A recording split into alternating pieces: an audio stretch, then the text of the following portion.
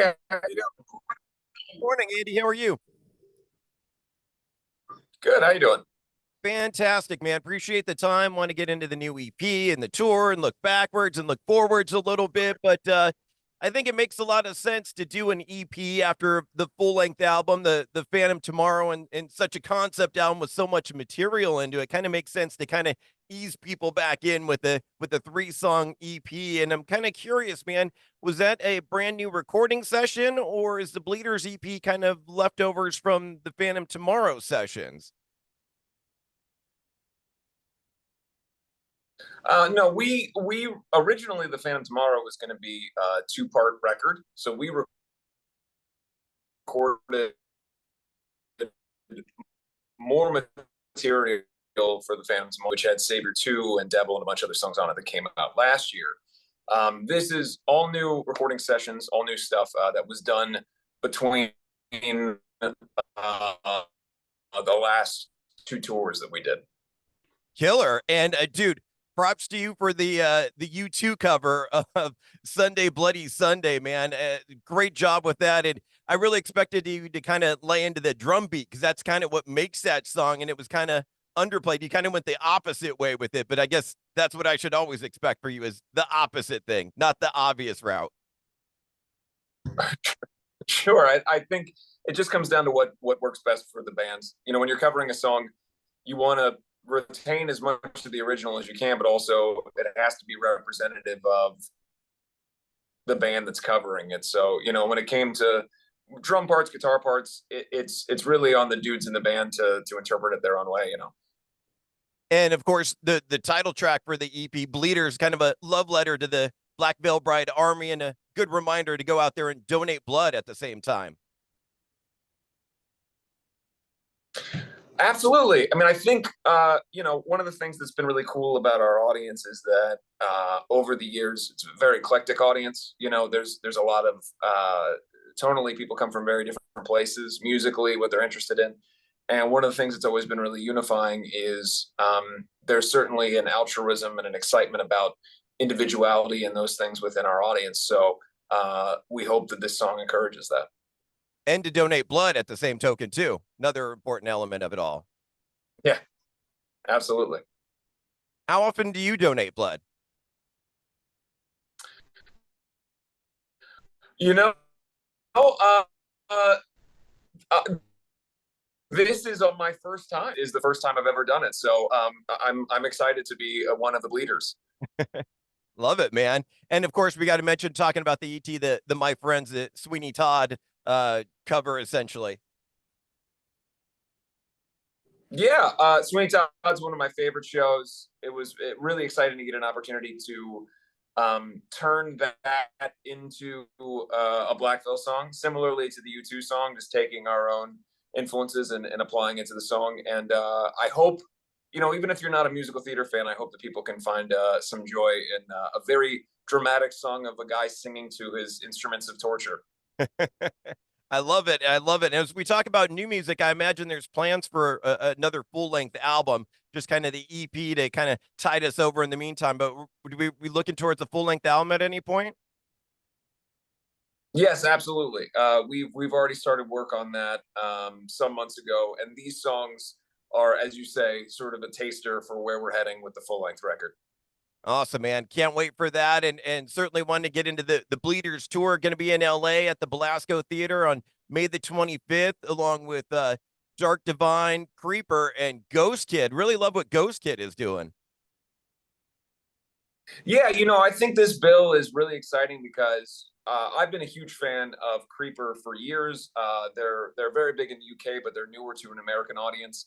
I love Dark Divine, and Ghost Kid is an artist that I just discovered really recently. And so we have three bands that are all up and coming in the US, but all I think our fans will really, really enjoy. And it's exciting for especially a band like Creeper. Their fans in the US don't get a chance to see them very often. So we're excited to be able to bring them to those fans as well. And how do you look at this tour? I mean, we're calling it the Bleeders tour. Does that mean you're going to play all the EP, or is it kind of a greatest hits, or how are you looking at it set list for the band? Well, we've been on tour for the last couple years, playing essentially the same set list because we've gone from tour to tour to tour, and this is our first chance on a U.S. tour to dig deep and play songs that we haven't played in years. So there will be the quote unquote greatest hits, but also, I'm right when we get off the phone right now, I'm going to rehearsal and working on songs that I haven't sang since I was 20 years old. So excited to be able to bring those back. Talking about touring for this long in 20 years, and you are coming up on the 20th anniversary, man. I'm shocked and curious. What keeps you so driven all these years? Still fighting for it, still working as hard as you do. I think if you're somebody who's lucky enough to get what you want out of life, you owe it to the people who have given you that opportunity to work hard and to continue to entertain them. And all I wanted as a kid was to be in a band, and people have given me that opportunity for all these years. So, I grew up being taught that you work for what you want, and if I want to keep doing this, I have to try my hardest to give people something that's worth listening to and a show that's worth watching.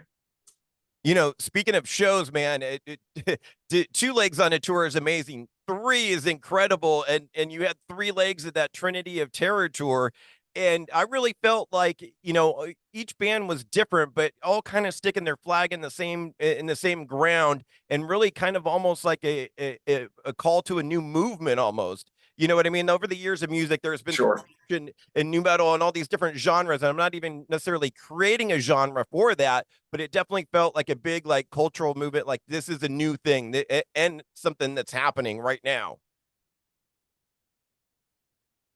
Yeah, I mean, that's very lovely of you to say. I think that all the bands felt similarly. We knew inherently that our three bands, while musically very different, shared a lot of commonality with our audience. And so to bring it together, I mean, I don't know that we'll ever have an opportunity to do anything like that again, because it was such a touchstone moment for all three bands. Basically encompassed over a year. We played every city in the US essentially. I mean, there's really nowhere that we didn't go to. And it was an honor every day. And both those bands, Ice Nine Kills and Motionless in White, huge bands, huge fan bases. So to bring those three bands together, it was really a treat, and something that I think people got excited to come see every leg, and so we were able to keep it going. Yeah, and I was fortunate enough to get to the third leg in the LA show at the YouTube Theater, and it was kind of almost fitting to have a band like Atreyu opening up the show that I kind of really felt that dropped the seedlings for all the bands that were headlining the show that night. Oh, absolutely. And by the way, I didn't know Atreyu at all before that tour. I knew them as Oh, a band, wow. but I didn't know them personally. Can't say enough good about all the members of that band. The nicest people, so professional, sounded great every single night. I know that they have new music coming out. They're working with John Feldman. Big fan of them. And I believe that we are now label mates because we just signed with Spine Farm. So Yeah. big ups to Atreyu as well. Yeah, and they put on a great show, and Dan running around. It's always so entertaining. The best. Speaking of tours, one old tour I did want to kind of get into, going way back, God Save the Scream tour that you guys did a million years ago with the Murderdolls back in 2011. Yeah. And I kind of thought it was appropriate because now Wednesday's out there playing all the Murderdolls two albums live on tour, and just kind of curious if you had any memories, and obviously want to remember the late great Joey Jordison from back then. Yeah, I mean, that was one of those things where I remember the day that I got the call that we were even up for that tour. And you have to understand, like, I'm a kid who I grew up loving horror punk, and really the Murderdolls were, in my era, so to speak, were the only game in town. That Yeah. Valley of the Dolls back every song. I remember the DVD that it came with. I watched every single live video. I used to go to school wearing I made like a Bones shirt with a tie, like what Wednesday had, and like Wednesday's first solo record and Frankenstein's Drag Queens. I was such a huge fan. So even knowing that we were up for it was an incredible thing. And then when you combine on top of that, that it was going to be our first time in the UK, and in fact, our first time going overseas. So it was like all this stuff all at once. And I remember watching them every night, and I would stand just as kind of a fun little thing, I would stand with a sign, like a dry erase sign, side stage, and I would write like a deep cut Murderdolls song, and I'd try to get Joey to look at it and see like, hey, will you play this song or that song? And they always thought that that was funny. So Wednesday is the sweetest person. We've toured with Wednesday alone as well in his solo project. And of course, we all miss Joey, one of the most inspirational musicians ever. I don't know if people have seen, there's a video that our tour manager, our previous tour manager, had taken of him years ago, where he's in South America playing guitar for a bunch of kids, playing Slipknot songs on the guitar. And that video went around when he passed away. But I think that's really a good example of what an incredible person he was, and just he loved his fans so much. Yeah, yeah. I never got to meet him, but always heard great things about him. An incredible musical mind, and I'm glad that Wednesday is out there kind of owning that music, and it's great to hear those songs again live. So much. Oh yeah, so good. Underrated. If there was ever a band that was underrated, it's really all of Wednesday's output. But I think more people should be listening to that. Yeah, yeah. His last few albums, Horrifier and everything, have been incredible. Love the tear that he's on.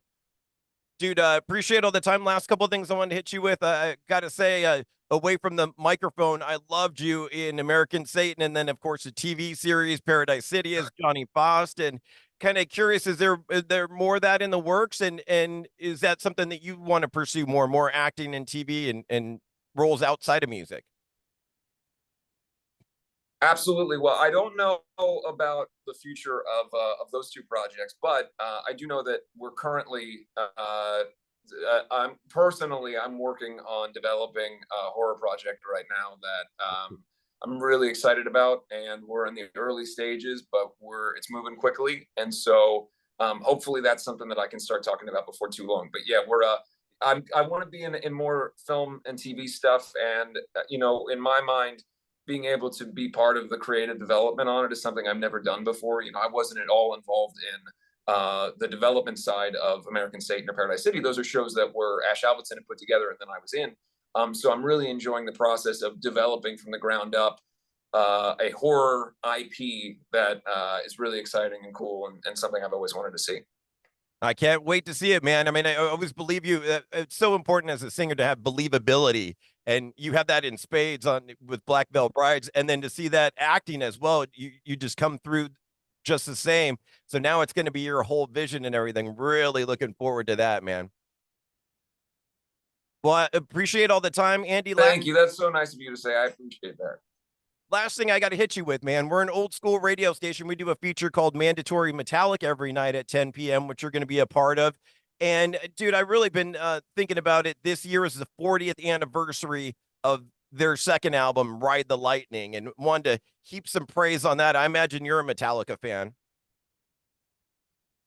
You know what? It's interesting. I'm a Metallica fan through Danzig, Samhain, Eerie Von, all that stuff. That was like, so them Metallica wearing those shirts, it's like kind of the reverse how most people found Metallica through, or most people found the Misfits and Samhain through Metallica. I was a kid who, for whatever reason, I just wasn't heavily exposed to Beyond the Black Album. I didn't know much about Metallica. So then years of being such a Misfits, Danzig, Samhain fan, I got more and more into it. And one of my best friends, Ryan Downey, does Speak and Destroy, which is a Metallica podcast. So I'm learning more every week through him about Metallica. I love Metallica, and obviously Ride the Lightning is iconic. My guitar player Jinx is also, I gotta give him a shout out. He's like a Metallica historian. When we played with them in 2012, he caught me up to speed on like what the Snake Pit meant and all the other stuff. So again, I can't claim that I'm a fan, but I'm not like he's the guy who knows everything. Yeah, see, now what you started with, I almost want to go down a Danzig debate and get lost in that. But I mean, just real quickly, since you're a Danzig fan, now that I can do with you. I was having that debate and even had it with a couple of the guys in the band recently. Danzig 1 versus 2. You had to pick one out of the two. Oh, 2. Yeah. It's got to be 2 for me. And what's interesting about that is I didn't know that it was going to be, like everything's so much more available now musically. And when I was a kid, I had Danzig 1 on cassette, and I didn't have Danzig 2. I had Danzig 1 and Danzig 3. I did not have Danzig 2. So there was a guy at school who saw me wearing a Danzig shirt, And no, I was wearing a Mayhem shirt, and he's like, "Oh, you like metal?" So he gave me Danzig 2 on like a bootleg cassette, and it blew my mind. So that's one of my like little kid discovering it in the headphones records where it just changes your life. So I'll always have a soft spot for that.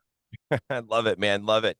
And yeah, same for me. I came in on Danzig 2 watching her Black Wings video on MTV and then hooked after. Oh man, one of the best, man. That now I'm driving to rehearsal. I'm listening to Danzig 2 on the way. That's it settles it. Girl and all that stuff, like the deeper cuts towards the end of the album. Oh, so good. Just to put a button on the Metallica side of things, is there a Metallica tune we can play for you on Mandatory Metallica? Oh man,